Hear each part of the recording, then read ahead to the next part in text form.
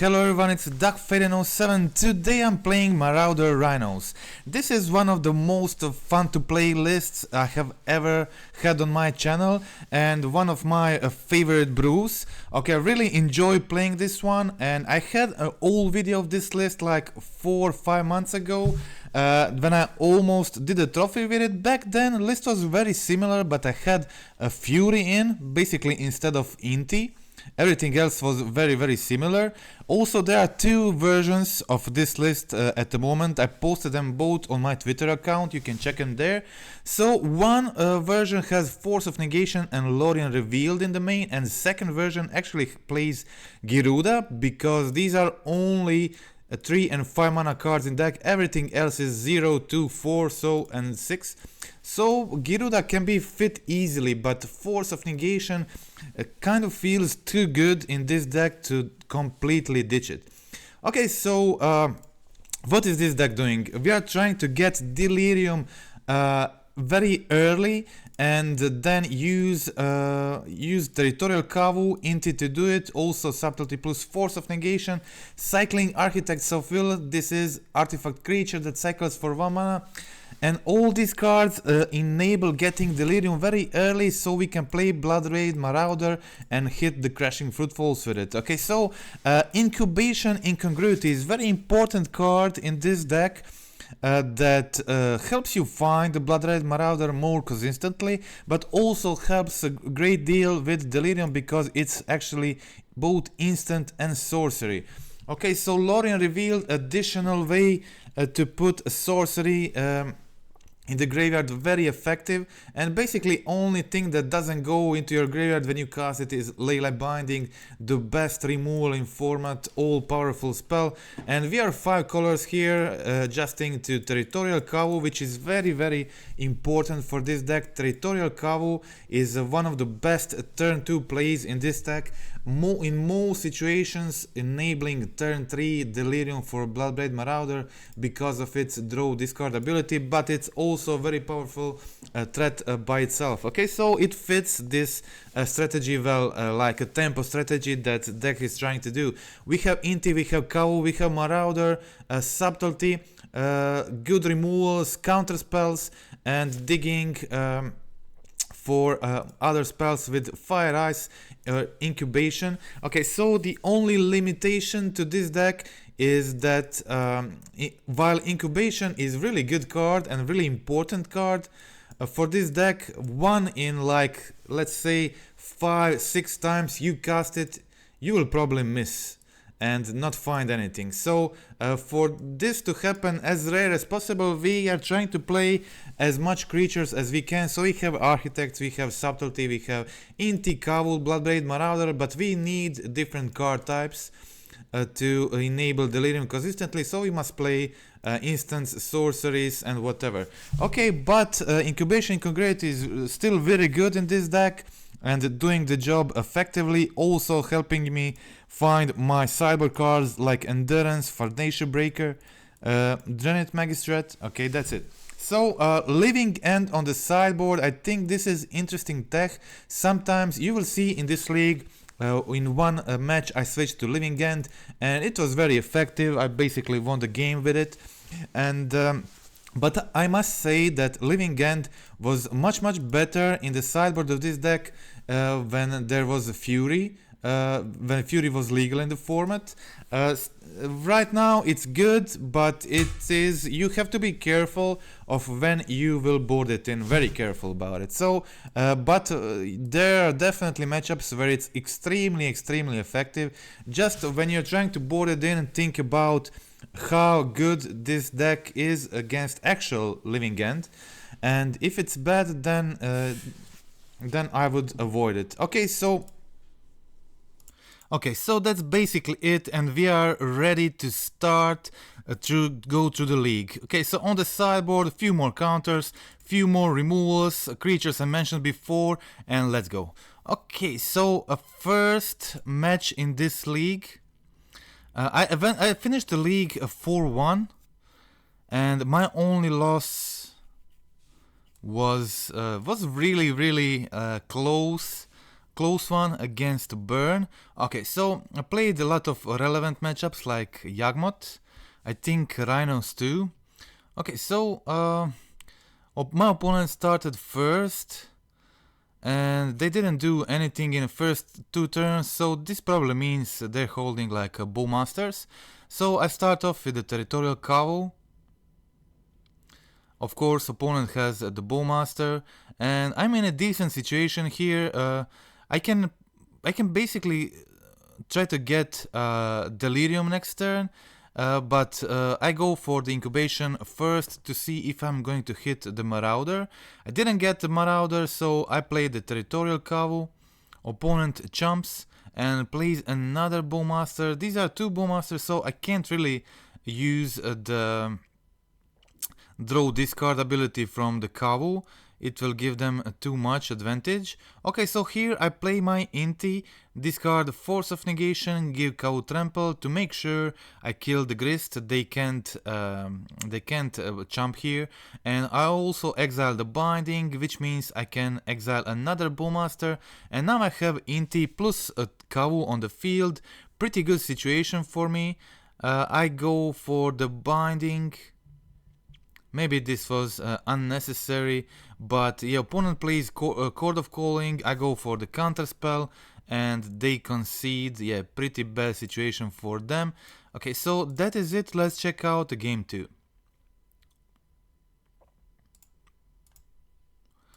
So my sideboarding plan for this matchup, I brought in the Endurances, I trimmed on Force, trimmed on Counterspell, trimmed 1 Inti and 1 Incubation, so that's it, only 2 Endurance in, together with Legion's End. Okay, so Legion's End is actually a pretty good sideboard card against Yawgmoth 2. You can bring it in against Rhinos, of course, it's great against Rhinos. It's also great against Domain Zoo, and it's definitely great against Yawgmoth. They play the Undying creatures. You can exile them for 2 mana, but also exile all other copies from opponent's hand. Here, opponent goes for Yawgmoth early. I play the Binding, opponent doesn't sack anything in response. This probably means like they have another one or way to get other one. Okay, so another Yawgmoth for them, let's say, because they find the Havar Might. And I go for the Kavu. Play Kavu, cycle there. I know opponent will get the Binding, but they have only 2 cards in hand, only 2 creatures, no creatures with the Undying, so it's not that bad situation for me. Here opponent finds the Bowmaster plus kills my Kavu, which is unfortunate, but right now I'm trying to recover, so I go for the Bloodbraid Marauder and resolve my suspended Rhinos, go for the Marauder, resolve another Rhinos, and now I have Legion's End plus the Endurance. Opponent uses the Grist, kills one of my Rhinos and plays the Agatha Soul Cauldron. This is at the moment their last card in hand. When they try to use the Agatha Cauldron, I go for the Endurance, take their graveyard, and now I have 1 swing for a lot of damage, and a lot of my guys have trample, so yeah, trying to nullify their Yawgmoth, so they can't draw a bunch next turn and stabilize. So here I go, just attack with everything.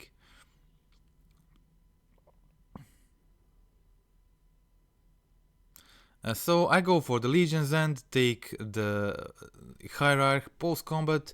Taking Hierarch seems decent here because they don't have much mana to play anything they draw, and they're low on life, so this means it's pretty hard for them to deal with all the Rhinos, and yeah, of course they can't do it, so it's game over.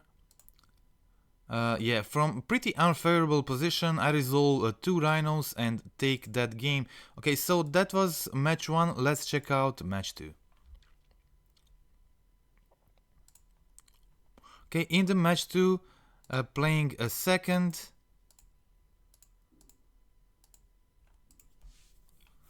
keeping a decent hand. This is a potential of a turn 2 Rhinos, and this is pretty sweet, yeah. So turn 1 Incubation into Subtlety, and then Bloodbraid Marauder on turn 2 is pretty nice. Okay, I also find another Bloodbraid Marauder, so I was definitely tempted to just go for the Subtlety here. Yeah, I was definitely at least slightly tempted to just play the Subtlety, put it into the graveyard and go for the Marauder. Luckily I resisted that temptation, so I was able to go for the Kavu. They used the Counterspell, and now I have Bloodbraid Marauder into Footfalls. Opponent has another Spell Pierce to counter it, but that's fine. And I also now have the Subtlety plus the Marauder, and yeah, so pretty good situation for me. I can go for another... one, but I decide to take another road here. Just go for Inti, cycle, get the card, and then a Subtlety there, Teferi. Okay, so going for a Bloodbraid Marauder now, getting the Rhinos, playing the Kavu, putting a bunch of damage on the field. Also, end of turn I cycle Architects, exile me another card from the top. Okay, so my opponent plays the Stoneforge, which gives me a better idea of what they're exactly playing. Not sure, might be one of my lists, but they were mana screwed, so yeah, that was the game. Okay, so let's check out game 2.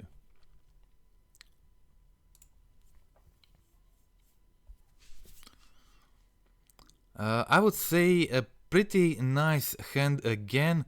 So this is again potential for a turn 2 Marauder. Again I go for the Breeding Pool, go for the Incubation, and basically trying to find the Marauder here, but didn't get it. Okay, let's also check out the sideboarding plan. I brought in the Foundation Breaker, because they're Stoneforge Mystic deck. I probably play like Swords or Butterskull, something like that. I had Subtlety and Force here, and I decided to use the Force on Teferi. And yeah, take the Foundation Breaker, play my Zagoth Triome, complete the domain, and now my opponent plays a double Halfling, and actually I replaced the Crashing Footfalls with Living End in this matchup.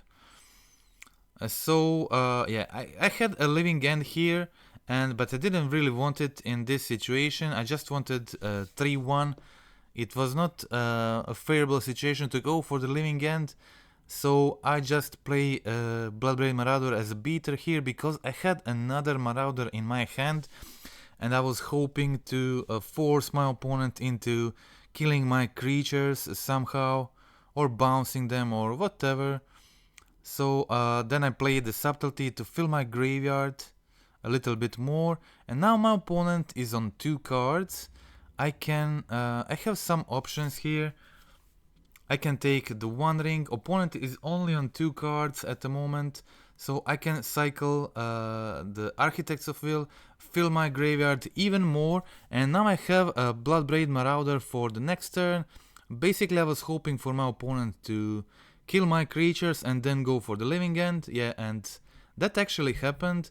But unfortunately last card in my opponent's hand was actually Counterspell, so my Living End plan didn't work out here. But if I actually resolved this Living End, I think yeah, game would most definitely be over immediately. But I had another Kavu in hand, so it was pretty good situation still for me.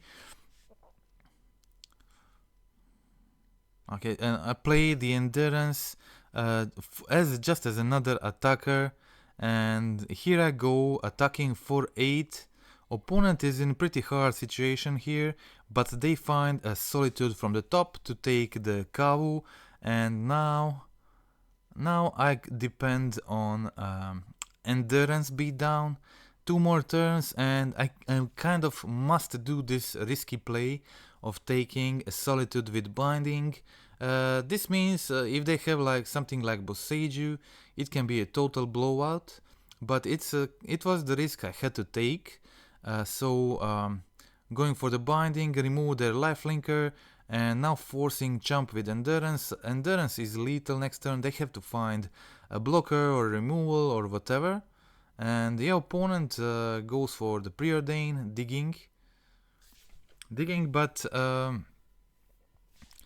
I go for the attacks. Opponent has a Tidebinder. Tidebinder doesn't really solve much for the opponent here. They just jump for a turn, and I go for the Living End again. And now I have 5 lethal attackers for the next turn. Maybe I could do this before combat, but yeah, opponent has a removal, but it's not mass removal. A lot of my creatures survive, and that is lethal for me. Okay, so that was second win in the second match. Let's check out another one, match number 3. We'll watch the defeat in the end. Okay, so playing first this time. I have it's a kind of a weird hand, but this type of hands can work out pretty decently. Definitely need some pieces to work. Okay, here I go for I can go for the Flooded Strand, and if I didn't draw Inti here, I will probably just hold to see if I want a blue source or a white source.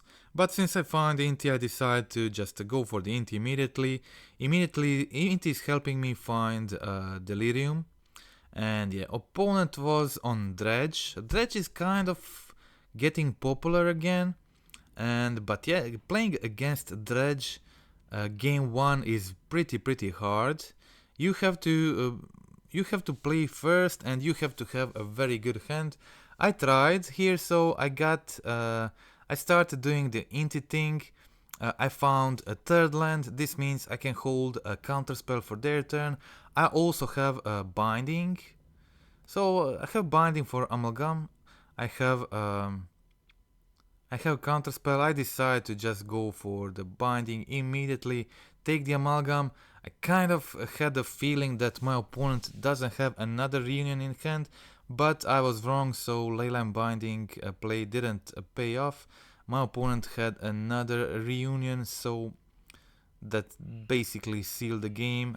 That felt like a risk I had to take, and it had to work to for me to win this game.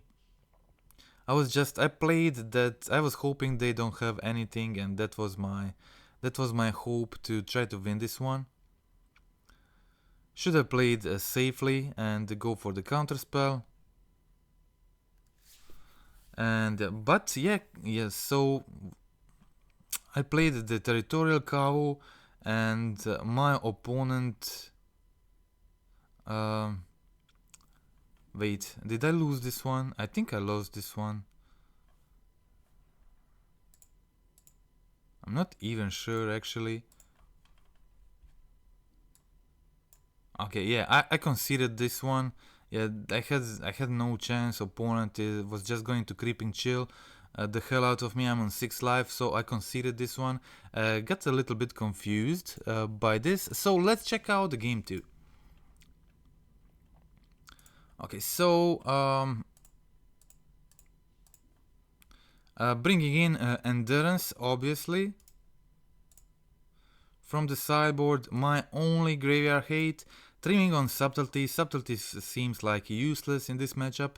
Trimming on one Inti, one Fire Ice, that's basically it. So I definitely want my Endurance instead of Subtleties. That is definitely the main change I want for the matchup. Okay, so here I start with with the Kavu, but unfortunately opponent has a Lightning Axe. Lightning Axe puts their Dredge creature in the yard and kills my Kavu. Very unfortunate start for me, but it was okay. I had a Force of Negation plus Endurance, so these two cards are both very good in the matchup. So I go for another Kavu. I have to resolve Kavu, start attacking, doing discarding or exiling from the graveyard, whatever. So I have Force of Negation for this turn, and then I have Endurance for the next one. Opponent unfortunately plays Stinkweed Imp. Not much I can do about Stinkweed Imp. I can't attack through it. I must just pass the turn. Okay, opponent tries to go for the gaze. I decide to use my counterspell. I still had a Force of Negation backup if needed. Opponent, of course, stays back with Imp. And yeah, now I was able to tap the Imp, actually draw the Leyline Binding, which can take care of him. So I'm planning on attacking next turn too. And I go for the Binding on Imp, because Imp has Death Touch. So now I can go for the Kavu, because if my opponent blocks with a Tug at this point, they don't have other creatures in the graveyard. This means a Tug put itself on the top of the deck. So this basically means opponent can't really block with it. So I just have to clear one blocker to win this one. And yeah, on my turn I have Binding here.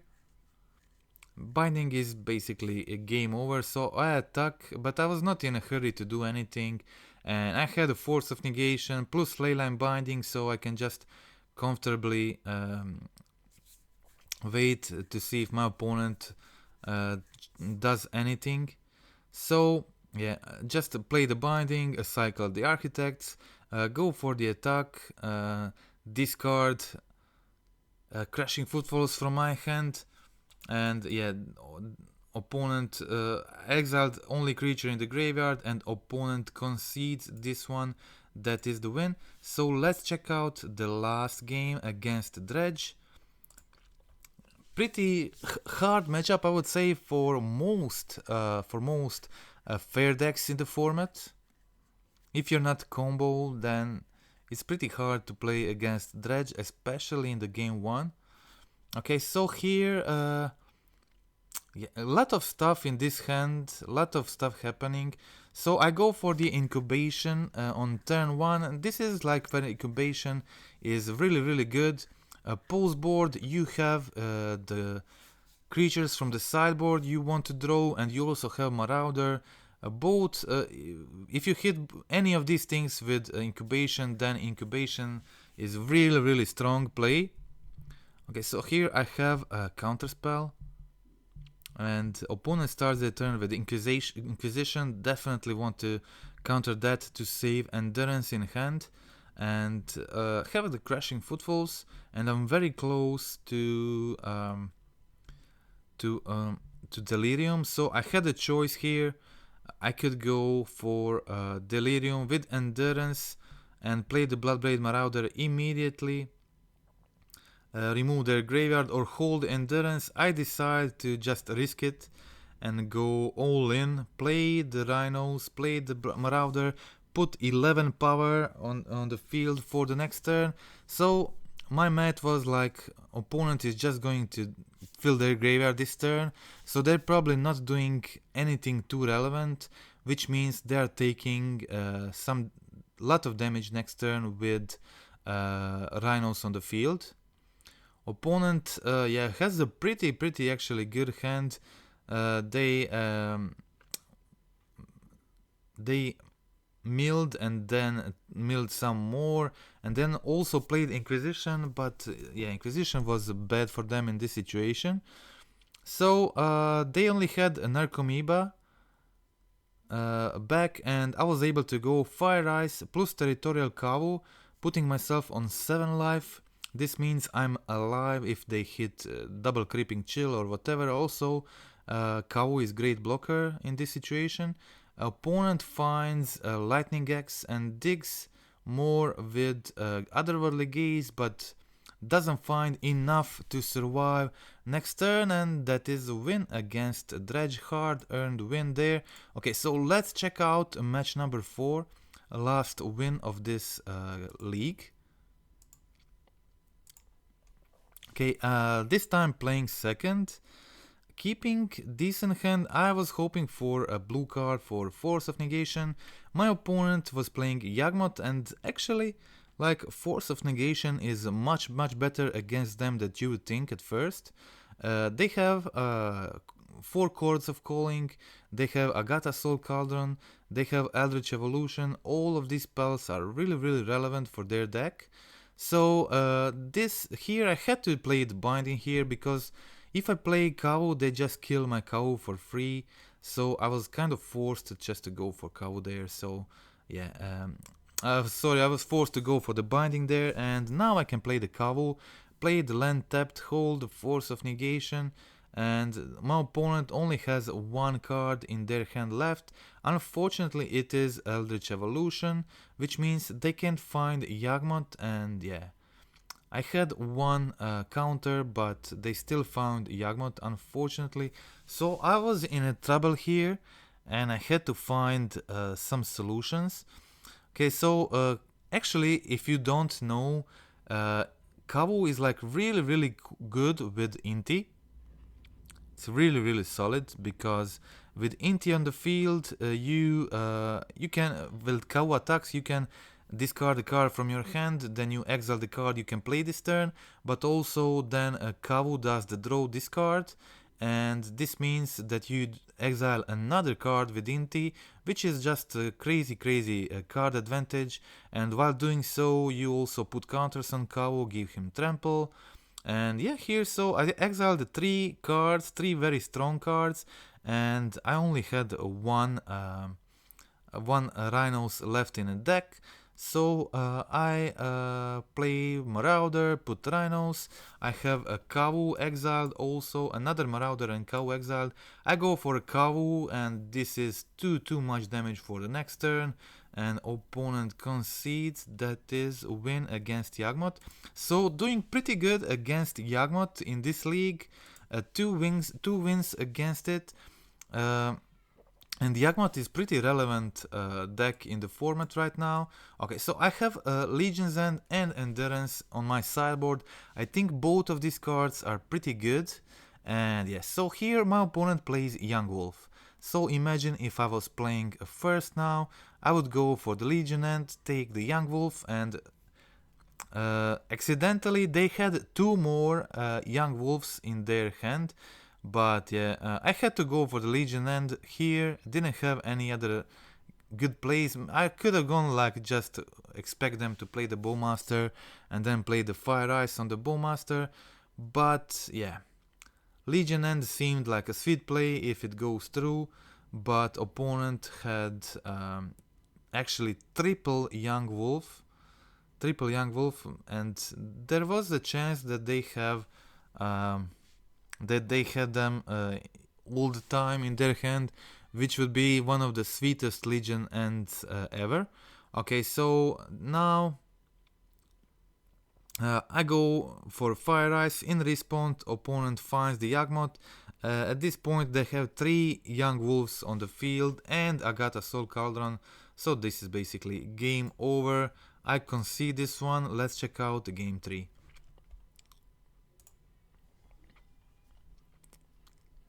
Okay, so in the game 3, playing first, much easier game.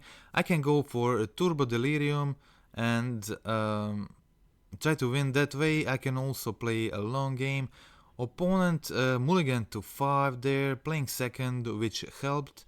So my hand wasn't really aggressive, so I had to go for a slow game plan and just use my removals, try to outvalue them and prevent them from playing Yawgmoth on developed board. I play Legion's End here. Legion's End is pretty sweet because even if you don't exile another card from opponent's hand, it provides information. You can see what your opponent has in their hand and plan accordingly. Okay, so here I go. Unfortunately, opponent was like screwed of good spells and I was mana screwed. If I wasn't mana screwed, if I had white mana here, like 2 Leyline Bindings, I wasn't able to play any of those bindings for a long time, until the late game. Okay, so here opponent goes Tear Asunder with kicker, takes my cow. Unfortunately, I'm not able to do the draw discard, but I have the counterspell for the cord, and I wanted to use the counterspell because they have halfling and a lot of important spells they can have, they can make them uncounterable. Okay, so I go for another Kavu here.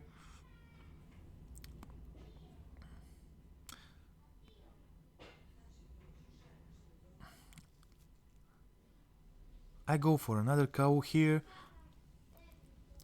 Discard Endurance, put them on 15.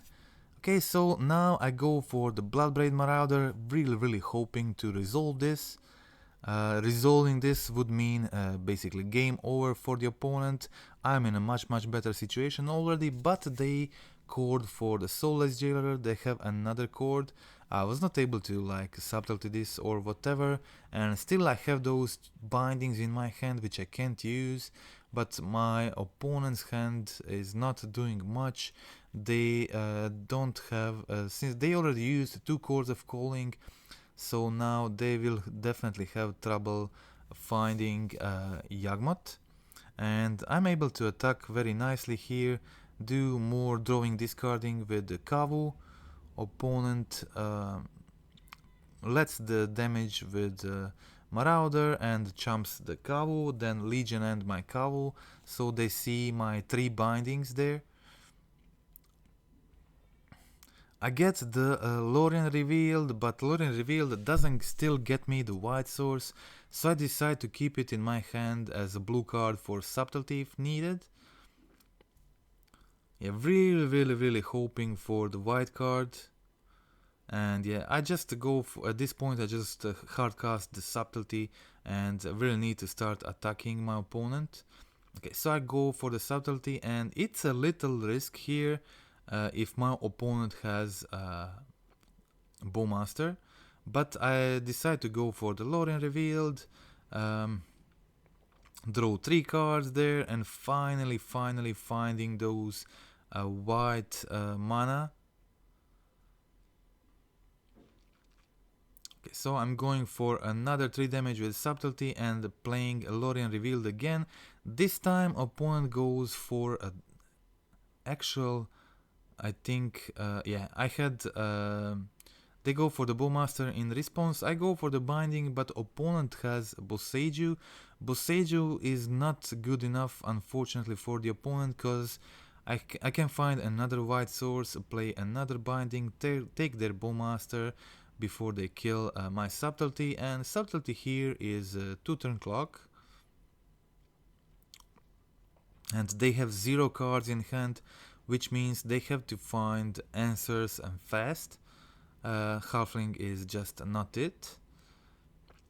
Okay, so opponent attacks, and yeah, they know it's over. I have 7 cards in hand.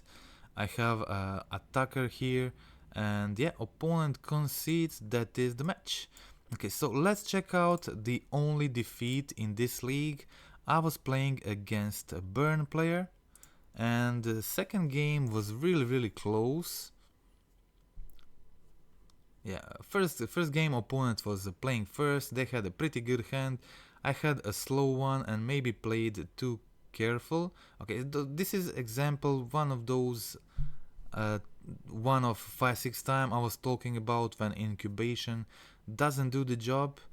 And here I have to take 2 from the Foundry. I have to take 2 more from the Eidolon. Unfortunately, this Burn player played Eidolon, which is very good against this version of a deck. And yeah, here I have the Force, but opponent has kind of a perfect hand. A turn 4 kill, nothing I can do about this. Yeah, they just had a very strong hand. Even if my hand was considerably better, I would not be able to win this one. Okay, so pause board here. I bring in some Dovin's Veto, trim on my Intis, trim all Intis actually, put 1 Foundation Breaker also, and then and then some trim on Incubation and Fire Ice. Okay, so doing decent by now. I was really hoping for my opponent to play a spell so I can go for the Force of Negation and then just play the Marauder on my turn, get the Rhinos, but opponent was playing smart here and they didn't play any spell, and finally they played the Skewer and I played the Force, get the Rhinos, so I was able to Bloodbraid Marauder, get the Rhinos on turn 4 at last. So now I have a very good clock, strong creatures, and opponent is out of cards in their hand completely. So I was pretty sure this game is over. Suspend my Rhinos, stay back with 1 Rhino, attack with 2 creatures. Didn't want to risk anything, I stayed back with 1 Rhino, didn't let them do anything crazy, and opponent finds a Boros Charm, and yeah, I should have probably attacked with both last turn too, but yeah, opponent had like a Boros Charm, Bolt, Lava Spike on top for 10 damage total. Yeah, so it was kind of a lucky draw for the opponents to have 10 damage in top 3 cards of their library, so that was a loss against Burn. Game 3 I would play on the draw anyway, so it would be a hard game for me, but yeah, opponent had it in game 2 also, so that is it, that is the entire league. Hope you like the league, hope you like the gameplay. Friendly reminder to click like, click subscribe. I want to hear your opinions about last version that had a Fury in comparison to this one with Inti. I think Inti was pretty good, pretty important in a lot of matches against Yawgmoth, doing the trample thing, providing card advantage with Kavu, with Lórien Revealed, with Architects of Will. A lot of ways to provide value for Inti in this deck. Also, it's another creature, another good creature that enables Delirium early and can be found with Incubation and Incongruity, so it fits the curve well too. Okay, so Counterspell, a lot of people saying it's odd for the mana base, but I had a good experience playing Counterspell in this mana base. This is like modified zoo mana base, optimized to play forest and island as your basics, but I also have a Lórien Revealed. It is a blue based mana base, and I think it's working very nice, and I didn't find Counterspell to be a big problem. I often have good mana and good ways to use it, so I'm pretty happy with it, and my results were much better every time I had a Counterspell in my list, so I'm definitely staying with Counterspell for now. As I said, there was another version I posted on X that didn't play Force and Lórien Revealed, but played Gyruda instead on the sideboard. Gyruda was very useful, but kind of Force of Negation feels like too important card for this deck to just ditch it, so this version performed slightly better for me, and I'm staying with this one for now, and that's it. Again, thank you for watching and goodbye.